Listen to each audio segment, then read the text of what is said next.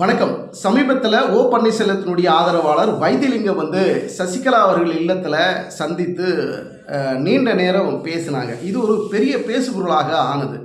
ஏன்னா சசிகலாவிற்கு கட்சி காப்பாற்றணும், இன்றைக்கி எடப்பாடி பழனிசாமி தலைமையில் கட்சி தவறான பாதையில் போய்கிட்டு இருக்குதுங்கிறது தான் சசிகலா அவர்களுடைய குற்றச்சாட்டாக இருக்கிறது. அதே போல் டிடிவி தினகரனும் எடப்பாடி பழனிசாமி இருக்கின்ற வரைக்கும் அதிமுக ஒரு மூடு வேலையை செய்துவிட்டதால் எடப்பாடி பழனிசாமி ஓய்வார் அப்படிங்கிற ஒரு காட்டமான பதிலை தொடர்ந்து செய்தியாளர் மத்தியில் டிடிவி தினகரன் முன்வைத்து கொண்டே இருப்பார். இந்த சூழலில் தான் ஓ பன்னீர்செல்வத்தினுடைய ஆதரவாளர் வைத்திலிங்கம் சசிகலா அவர்களை நேரில் சந்தித்து பல்வேறு கருத்துக்களை பேசினாங்க. இது ஊடகத்தில் பல்வேறு பேசுபொருளாக ஆனது. அதிமுகவை ஒன்றிணைக்கக்கூடிய ஒரு முயற்சியில் இந்த சந்திப்பு இருக்குமா, அல்லது தலைமையை மாற்றக்கூடிய ஒரு சூழலை உருவாக்கலாம், இது எடப்பாடி பழனிசாமி விட்டால் நம்ம கட்சி இருபெரும் தலைவர்கள் வழிநடத்தி சென்ற இந்த கட்சியை காப்பாற்றணும்னா நம்ம ஓரணியில் இணையணுங்கிற ஒரு மிகப்பெரிய ஒரு எண்ணத்தோடு இவர்களெல்லாம் ஒன்றிணையக்கூடிய சூழலை உருவாக்குவதற்காக இந்த சந்திப்பு இருந்ததா அப்படிங்கிற ஒரு பார்வையும் இருக்கத்தான் செய்கிறது. அமித்ஷா என்ன பிளான் பண்ணுறாங்க அப்படின்னா, எடப்பாடி பழனிசாமி நம்ம கண்ட்ரோலில் வரமாட்டார், அவர் தன்னிச்சையாக முடிவெடுக்கக்கூடிய ஒரு சூழல், நம்மளுடைய ஆலோசனையும் நம்முடைய கருத்துக்களையும் நம்மளுடைய முடிவுகளையும் எடப்பாடி பழனிசாமி கேட்க போகிறது இல்லைங்கிற ஒரு தெளிவான முடிவுக்கு அமித்ஷா வந்ததுனால தான் எடப்பாடி பழனிசாமியை அதிமுகவிலிருந்து ஓரங்கட்டப்பட்டு ஒருங்கிணைப்பாளர் வேற ஒருத்தரையும், இணை ஒருங்கிணைப்பாளர் வேற ஒருத்தரையும், கட்சியுடைய பொதுச் செயலாளர் வேற ஒருத்தரையும் நியமிக்கணும். அப்போ தான் எடப்பாடி பழனிசாமி சொல்வதை கேட்கிறாரா இல்லை ஓரங்கட்டப்பட போகிறாரா அப்படிங்கிற ஒரு நிலைப்பாடு நம்ம கொண்டு வர முடியுங்கிறதுனால தான் ஓ பன்னீர்செல்வத்தை ஒருங்கிணைப்பாளராகவும் செங்கோட்டையனை இணை ஒருங்கிணைப்பாளராகவும் சசிகலா அவர்களை கட்சியினுடைய பொதுச் செயலாளராகவும் கொண்டு வருவதற்கு பாஜக திட்டம் பண்ணுறாங்க. ஆனால் இது நடக்குமா நடைமுறையில் அப்படின்னா அது ஒரு மிகப்பெரிய சிக்கல். அந்த அளவுக்கு எடப்பாடி பழனிசாமி விட்டு விடுவாரா அப்படின்னா சாத்தியமே கிடையாது. சாணக்கியத்தனமாக அரசியல் செய்யக்கூடிய எடப்பாடி பழனிசாமி அவ்வளவு எளிதாக தான் அடைந்திருக்கக்கூடிய இந்த உயரமான பதவியை விட்டு கொடுப்பாரா அப்படின்னா நிச்சயமாக சாத்தியமே இல்லை. காரணம் என்னன்னா, எடப்பாடி பழனிசாமி பின்னாடி இருக்கக்கூடிய நிர்வாகிகள் ஏராளமானவர்கள் இருக்கிறாங்க. எடப்பாடி பழனிசாமிக்கு ஆதரவாக தொண்டர்களும் நிர்வாகிகளும் மாவட்ட செயலாளர்களும் பெருவாரியாக இருக்கின்ற காரணத்தினால எடப்பாடி பழனிசாமியுடைய குரல் உயர்ந்து கொண்டு தான் போகிறது.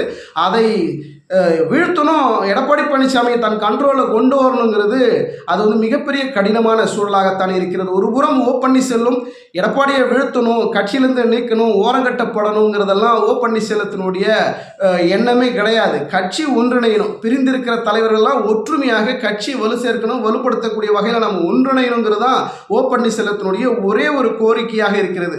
ஓ பன்னீர்செல்வத்தை எடப்பாடி பழனிசாமியை நீக்கணும், இவர்களை நீக்கணும், இவங்கெல்லாம் நம்ம கட்சியிலேருந்து வேணாம் அப்படிங்கிறது, யாரையும் நம்ம நீக்கணுங்கிற அந்த எண்ணத்துக்கு போகக்கூடாதுங்க. கட்சி ஒன்றிணையணுங்கிறது தான் ஓ பன்னீர்செல்வம். இந்த எண்ணம் ஒரே நேர்கோட்டில் செல்லக்கூடிய ஓ பன்னீர்செல்வம், உங்களெல்லாம் சேர்த்தனா எனக்கு தலைவலி, உங்களை என்கிட்டே வரக்கூடாது, கட்சிக்குள்ளே நீங்கள் இல்லை அப்படிங்கிற ஒரே போடாக எடப்பாடி பழனிசாமி தெளிவாக காய் நகர்த்தி கொண்டு இருக்கிறார். இது எங்கே போய் முடியுமோ அப்படிங்கிற ஒரு நிலைப்பாடு தான் அரசியல் வட்டாரத்தில் போய்கொண்டே இருக்கிறது. குறிப்பாக அதிமுக வட்டாரத்தில் மிகப்பெரிய சலசலப்பை ஏற்படுத்தி கொண்டிருக்கிறது.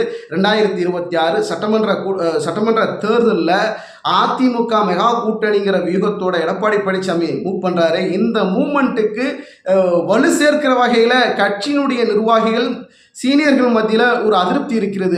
எடப்பாடி பழனிசாமிக்கு ஆதரவாக எடப்பாடி பழனிசாமியினுடைய 2026 சட்டமன்ற தேர்தல் இலக்கைக்கு இவர்கள் ஒத்து வருவார்களா அப்படிங்கிறது தான் மிகப்பெரிய கேள்வி. ஏன்னா இன்றைக்கு செங்கோட்டையனுக்கும் எடப்பாடி பழனிசாமிக்கும் ஒரு முட்டல் மோதல் இருக்கிறது. அந்த முட்டல் மோதலுக்கு காரணமே எடப்பாடி பழனிசாமிக்கு எதிராக அவருடைய தொகுதியிலே நிர்வாகிகளை எடப்பாடி பழனிசாமியுடைய ஆதரவாளர்களை போடுறது தான் இன்னைக்கு எடப்பாடி பழனிசாமி செங்கோட்டையனுக்கு நடந்துகின்ற சண்டை.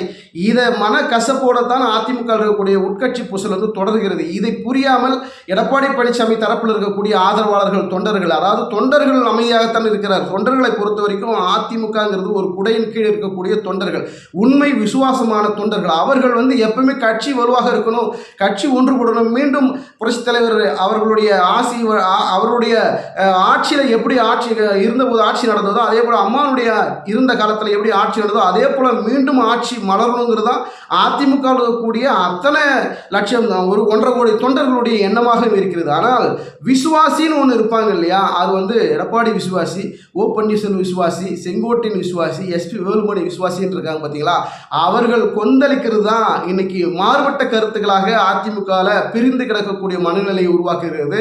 உண்மையான தொண்டர்கள் என்றைக்குமே கட்சி இவர்கள் பிரிந்திருக்கணும், இவர்கள் பிரிந்திருக்கணும், இந்த தலைவர் உள்ள வரக்கூடாது, அந்த தலைவர் உள்ள வரக்கூடாதுன்னு யாரும் எந்த தொண்டனுமே நினைக்க மாட்டான். ஆனால் உள்ள இருக்கக்கூடிய விசுவாசிகள், ஆதரவாளர்கள் சொல்லுவாங்க இல்லைங்களா, இவருக்கு ஆதரவு அவருக்கு ஆதரவு, இவர்களுடைய பிரிவினை தான் இந்த தலைவர்கள் மத்தியில் இடைவெளியை ஏற்படுத்தி கொண்டு இருக்கிறது அப்படிங்கிறதா நம்மளால பார்க்க முடிகிறது. அதிமுக இருக்கக்கூடிய பிரிந்திருக்கக்கூடிய தலைவர்கள், நீக்கிய தலைவர்கள் ஒன்றிணையாமல் ஒன்றுபடாமல் மெகா கூட்டணி அமைக்காமல் அதிமுக வெற்றி பெறுவது என்பது இயலாத காரியம். இதுதான் உண்மை கள நிலவரம்.